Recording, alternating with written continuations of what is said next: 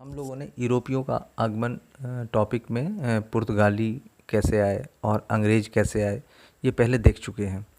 इस बार हम देख रहे हैं कि डच डच किस तरह से इंडिया में आए और किस तरह से उन्होंने अपने व्यापारिक कंपनियों को बढ़ाया। डच बेसिकली हॉलैंड या नीदरलैंड, हॉलैंड को ही नीदरलैंड भी कहते हैं, है ना। तो वो हॉलैंड के निवासी थे डच। और बाद में देखेंगे कि डचों का जो पतन है वो बिदरा का युद्ध हुआ था। बिदरा पश्चिम बंगाल में पड़ता है, अंग्रेज उसमें विजयी हुए थे। लास्ट वीडियो में भी ये बात हम लोगों ने देखा था। अब हम इस बार देख रहे हैं कि डच जो है किस तरह से वो इंडिया में आए। और सबसे पहले आपको बता दें कि पुर्तगाली और डचों का व्यापार चलता था पहले से ही, उनका आपस में, दोनों यूरोपियन कंट्री हैं और दोनों का व्यापार चलता था। तो जब आना जाना था तो उन्होंने देखा कि भाई पुर्तगालियों में लगातार कुछ चीज़ों का व्यापार बढ़ोतरी हो रही है। तो पता चला उनको, जब कि भाई वो ईस्ट इंडिया से व्यापार कर रहे हैं वो लोग।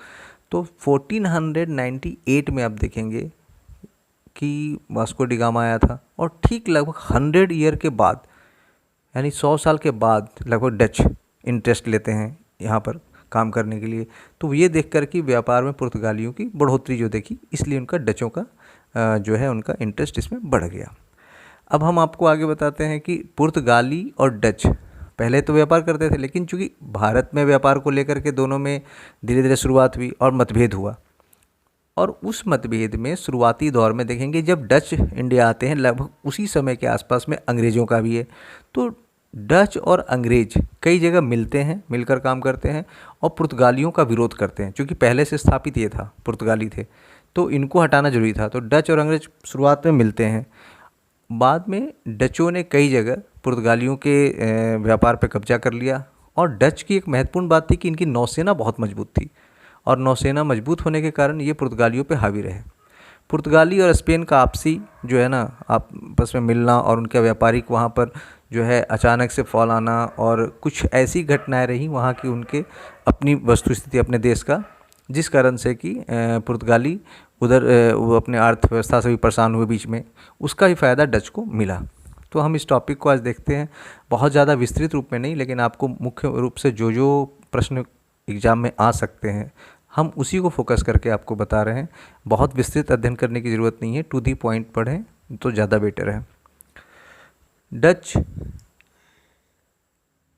East India company, Dutch east India company, वहाँ पे जो है उसको जिस नाम से जाना जाता था, वेरिगदे ओस्ट इंडसे कंपनी। मतलब हम जिसे ईस्ट है ना इंडिया, तो ईस्ट इंडिया कंपनी कहलाया। अंग्रेज़ तो अंग्रेज ईस्ट इंडिया कंपनी हो जाएगा। तो डच का भी था, डच ईस्ट इंडिया कंपनी बना था, लेकिन वहाँ पर नाम था वेरिगदे ओस्ट इंडसे कंपनी के नाम से। ठीक है। एक चीज़ आपको महत्वपूर्ण और बताएं, कॉर्नेलियन हाउटमैन, कॉर्नेलियन हाउटमैन पहला डच यात्री था जो 1596 ईस्वी में भारत पहुंचा। तो मैं आपको पहले ही बता रहा था कि 1498 में वो आया था, यानी लगभग 100 साल के बाद, लगभग 100 साल के बाद देखिए ये डच यहाँ पर आ रहे हैं। ठीक है। अब हम देखेंगे पुलिकट में डच कारखानों को गैलिड्रिया का किला तथा चिंसुरा, हुगली में गुस्ताबुल फोर्ट कहा जाता था, जिसके पुलिकट में जो था डच कारखाने, है ना। ये पूछा जाता है कई बार कि चिंसुरा में गुस्ताबुल फोर्ट कहाँ था, तो चिंसुरा, हुगली वेस्ट बंगाल। और ये मैं आपको पहले बता ही चुका हूँ कि डच पुर्तगालियों का जो व्यापार होता था उसके बारे में, नौसेना प्रमुख थी डचों का, जिस कारण से कब्जा करे। इसके अलावा आप देखेंगे कि 1602 ईस्वी में डच ईस्ट इंडिया कंपनी की स्थापना हुई। ठीक है, 1602 ईस्वी में। अब देखिए, डच ईस्ट इंडिया कंपनी की भारत से अधिक रुचि इंडोनेशिया के मसाला व्यापार में थी। तो इंडोनेशिया से वो मसाला व्यापार करना चाहते थे और उनका मसालों में ज़्यादा रुचि थी, जिससे ज़्यादा उनको प्रॉफिट गेन हो सके। ऐसा नहीं कि सिर्फ मसाले का व्यापार करते थे, नील का भी व्यापार किया, रेशम का, कई सारी चीज़ों का यहाँ से व्यापार होता था, लेकिन मुख्य रूप से उनका फोकस शुरुआत में इस पे था। 1605 ईस्वी में मुसुल्लीपट्टम, 16 बहुत इंपॉर्टेंट है, ध्यान रखिएगा, ये काफ़ी इंपॉर्टेंट है। अगर मैं डच के टॉपिक से कोई क्वेश्चन लेगा, आपको पूछना चाहेगा, तो सबसे पहला क्वेश्चन मुख्य रूप से यही बनता है कि 1605 ईस्वी में मुसल्लीपट्टम में प्रथम डच कारखाने की स्थापना की गई। ये मछलीपट्टनम आप देखेंगे तो ये आपको जो है ना चेन्नई से ऊपर है ना, नक्शे में देखें तो उस क्षेत्र में आपको दिखाई देगा ये, है ना, आंध्र प्रदेश और तमिलनाडु के बॉर्डर के पास। ठीक है।